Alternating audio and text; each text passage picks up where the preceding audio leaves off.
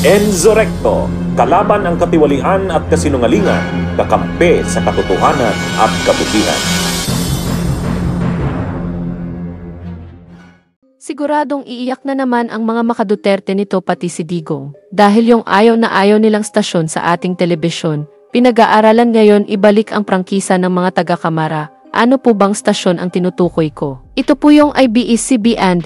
Yes po, tama po ang narinig ninyo. Ang IBS-CBN, halos 4 na taon na po ang nakakaraan nang ipasara ito ng Administrasyon Duterte. Dahil daw sa hindi nagustuhan ni Digong ang mga patalastas laban sa kanya noong panahon ng pangangampanya para sa pagkapangulo. Anyway, panoorin po natin itong magandang balita. Sa pagbabalik muli ng prangkisa ng ABS-CBN. Inihain ang panukala sa Kamara na bigyan ng prangkisa ang ABS-CBN. Joey Salceda ang naghain ng House Bill 11152. Sa ilalim po nito, bibigyan ng 25 taong prangkisa ang ABS-CBN para mag-operate ng telebisyon at radio broadcasting stations ang kumpanya. Itong ikalimang panukalang batas na nagsusulong mabigyan muli ng prangkisa ang ABS-CBN sa ilalim ng 19th Congress. May 5, 2020 nang tuluyang mawala sa Free TV ang ABS-CBN dahil sa inisyong cease and desist order ng National Telecommunications Commission. Kailangan natin yung free market of ideas and of course reporting on events, lalong-lalo na sa pananaw sa patungkol sa kung ano ang nangyayari sa ating bayan. Yan mga kabunyog, narinig po natin itong balita na balak ng Kamara na ibalik ang prangkisa ng nasabing istasyon. Sigurado, hindi kikilos ang Kamara na walang basbas ng nasa taas. Sigurado may pahintulot ito ni Marcos Jr. At dito ipinapakita na lantarang pagbabangga ni Marcos Jr. sa pamilyang Duterte. Matapos tanggalin ni Marcos Jr. sina Sara at Digong sa National Defense Council, ito naman ang sumunod. Talagang gustong ipakita ng Marcos administrasyon na mas makapangyarihan na sila ngayon kaysa sa mga Duterte. Masamang hudyat na ito para sa mga Duterte. Bakit ko po ito nasabi mga kabunyog? Dahil kung kaya ni Marcos Jr. na ibalik ang IBS, malamang hindi magdadalawang isip si Marcos Jr. na papasukin ang ICC. At ipahuli itong si Digong. At malamang sa malamang, ituloy ang pangtanggal kay Sara sa pagiging Vice President. Ano po sa palagay ninyo mga kabunyog? Kahit na sinasabi ni Marcos Jr. na wala siyang pakialam sa impeachment ni Sara at hindi siya nakikialam sa ICC, pero palihim naman itong gumagawa ng paraan para pabagsakin ang mga Duterte. Tila yun mga kabunyog ang aking nakikita. Anyway, balik po tayo sa topic na ito. Balikan po natin itong mga kaganapan na kung saan pinasara ni Digong itong IBS-CBN. Ikaw, ABS-CBN, you're a mouthpiece of. Ang inyong franchise mag-end next year. If you are expecting na ma-renew yan, I'm sorry. You're out. I will see to it that you're out. Ilan kaming mga kandidato na kinuha ninyo ang pera namin but never aired our propaganda. Ako, Chis Escudero, lahat kami. Pero yung propaganda ni Trillanes portraying children and which was really a prohibited act under the rules of the election code in spite of the fact na may TRO na huwag ninyong pinalabas ninyo. Ngayon you come to me begging ang kawawa kayong second generation na walang kaamong-among nandyan sa akin, parang hindi na malaman kung ano ang body language nila. Ang pinagbotohan ng komite ang rekomendasyon ng Technical Working Group na i-deny ang aplikasyon ng ABS-CBN para sa bagong prangkisa. 70 ang bumoto ng yes, habang 11 naman ang nag-no. 3 ang hindi nag-participate, kabilang si Antique Representative Loren Legarda dahil anya sa conflict of interest. Ganoon din si Quezon City Representative Alfred Vargas kahit nakikiisa raw sa mga tauhan ng network. Sa kabila ng libu-libong posibleng mawala ng trabaho at mga pamilyang maaapektuhan ng desisyon, sabi ni Sagi Party List Representative Rodante Marcoleta, "It's too late now. Ako inihintay ko lang sana na magpakababa sila eh. They thought that they had a vested right on that franchise. Parang sa tingin namin, tingin ko lang, no, parang they had that sense of entitlement. At kahit pwede pang iapela ang desisyon, base na rin sa House rules, sabi ng palasyo, hindi na po yan makakarating sa plenaryo, no? End of the road na po yan. Ang alam ko po walang apila kasi hindi naman po kukuman ang isang congressional committee. ang pagbasura sa franchise renewal ng ABS-CBN panggigipit na may malaking implikasyon sa pamamahayag ayon kay Vice President Leni Robredo. Ang mensahe raw na ipinararating kapag hindi raw sumang-ayon kalaban ng turing.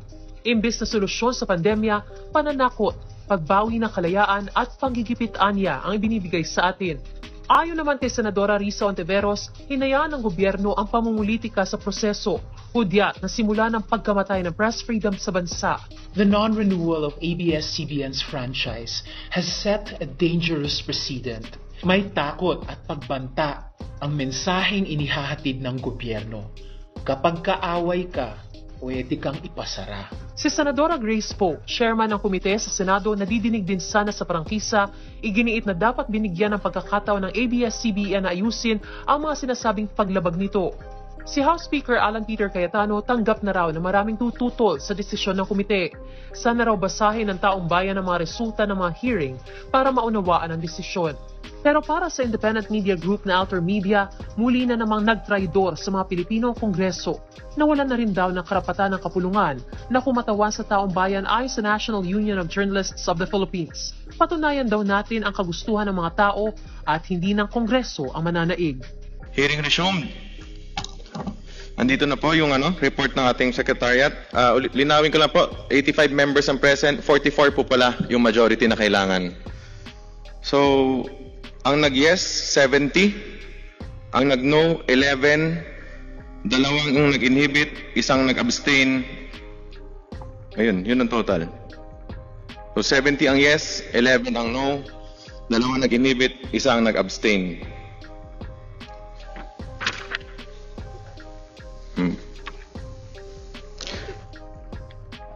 The resolution to deny ABS-CBN's franchise application is hereby adopted.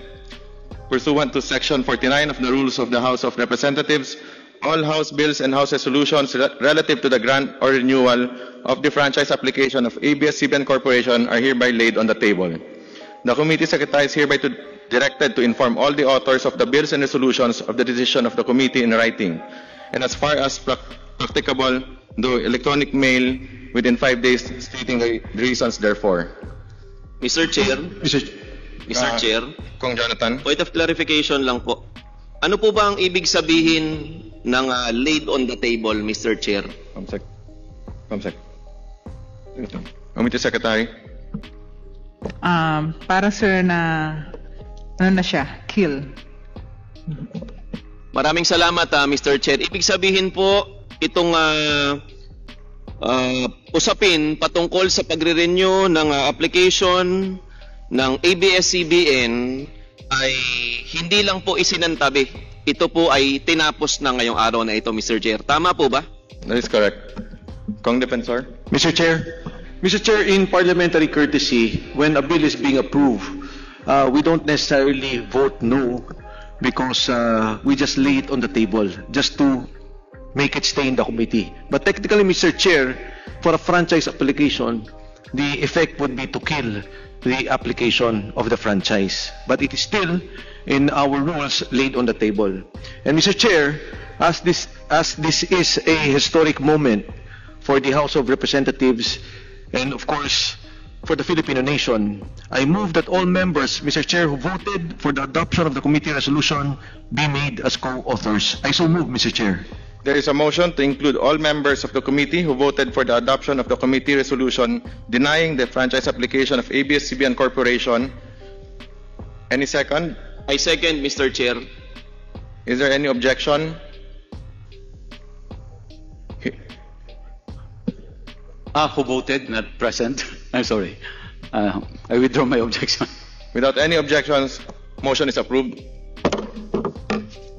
Mr. Chair, I move that the committee adopt the other findings and recommendations contained in the Technical Working Group report, Mr. Chair. There is a motion to adopt the other findings and recommendations contained in the TWG report. Any second? Second, Mr. Is there any objection? Hearing none, motion is approved. Mr. Chair, Kong Defensor. for purposes of transparency, I move that we authorize the chairman of the Committee on Legislative Franchises to release the TWG report and the adopted committee resolution to the public and other committees of the House. I so move, Mr. Chair. There is a motion. Any second? I second, Mr. Chair. Any objections? Hearing none, motion is approved. Mr. Chair, mukha pong tapos na ang usapin ngayong araw na ito. Mr. Chair, I move to adjourn. Mr. Chair? Mr. Chair, Kong Defensor. Let me, before I second the motion, let me just congratulate you, also those who voted no. The members of the minority are all here. Those who have worked for the 11 hearings, the 12 hearings, Mr. Chair. Let me congratulate you, Mr. Chairman, again, and the TWG group. I second the motion, Mr. Chair. Mr. Chair, before we adjourn, Yes. I just want to be clarified if this committee report will still be. I just want to be clarified if this committee report will still be presented to the plenary, not anymore. Hindi na po. This is it, no? Okay. Mr. Chair. Kong Garin. Mr. Chair, we are in receipt of some text from fellow members from the minority who would like to insert explanation of their vote. Yes, pwede po isubmit na lang po sa committee. Thank you. Thank you, Mr. Chair. If there are no other matters to discuss and there's a motion to adjourn, duly seconded, hearing is adjourned. Yan mga kabunyog, napanood natin ang mga kaganapan noong panahon na ipinasara ni Digong Duterte ang IBS-CBN, kaya tama yung sinabi noon ni Leni Robredo na kung hindi sang-ayon sa inyo, kalaban ang turing ninyo. Well, ngayon kinakarma na kayo at kayo naman ang nagigipit. Sabi nga weather lang yan. At saka alam ba ninyo mga Duterte? Hindi na ninyo inisip ang libo-libong empleyadong nawala ng trabaho noon. Nang tanggalan ninyo ng prangkisa ang IBS-CBN, niwala kayong programa noon kung paano sila matutulungan. Sa pagkawala ng trabaho ng libo-libong empleyado ng nasabing istasyon, pandemic pa naman ang panahon na iyan. At mahirap ang pamumuhay sa panahon na iyan. Tapos naisipan pa ninyong alisan ng trabaho ang libo-libong empleyado ng IBS-CBN. Walang awa talaga kayo. Ang inisip lang ninyo noon ay pang sarili lamang. Anyway, walang awa naman talaga kayo. Hindi na yon nakapagtataka. Kaya paano yan na checkmate ka na naman ng mga Marcos? Balik ulit ang IBS-CBN sa telebisyon. Anyway, alam naman natin na yung ibang kongresista na nagpagamit noon kay Digong Duterte ay wala nang nagawa at sumang-ayon na lang sa kagustuhan ni Digong dahil ang katotohanan, pag hindi sila sumunod kay Duterte, malalagot ang kanilang pundo sa kanilang mga distrito. At malaking saludo sa mga kongresistang pumayag sa pag-renew ulit ng prangkisa ng IBS-CBN. Ang tatapang ninyo para suwayin ang utos ni Digong noon. Anyway, ngayon si Marcos Jr. na ang nakaupong Pangulo. Malaya na ngayon na ibalik ang nasabing istasyon. Anyway, dito na lang po ang aking topic. Mabuhay po tayo mga kabunyog. Bunyog, bunyog, halikan na kasama ka. Bunyog, kapag buklod ay may pag-asa. Luzon, Visayas, Mindanao, isa ang pananaw.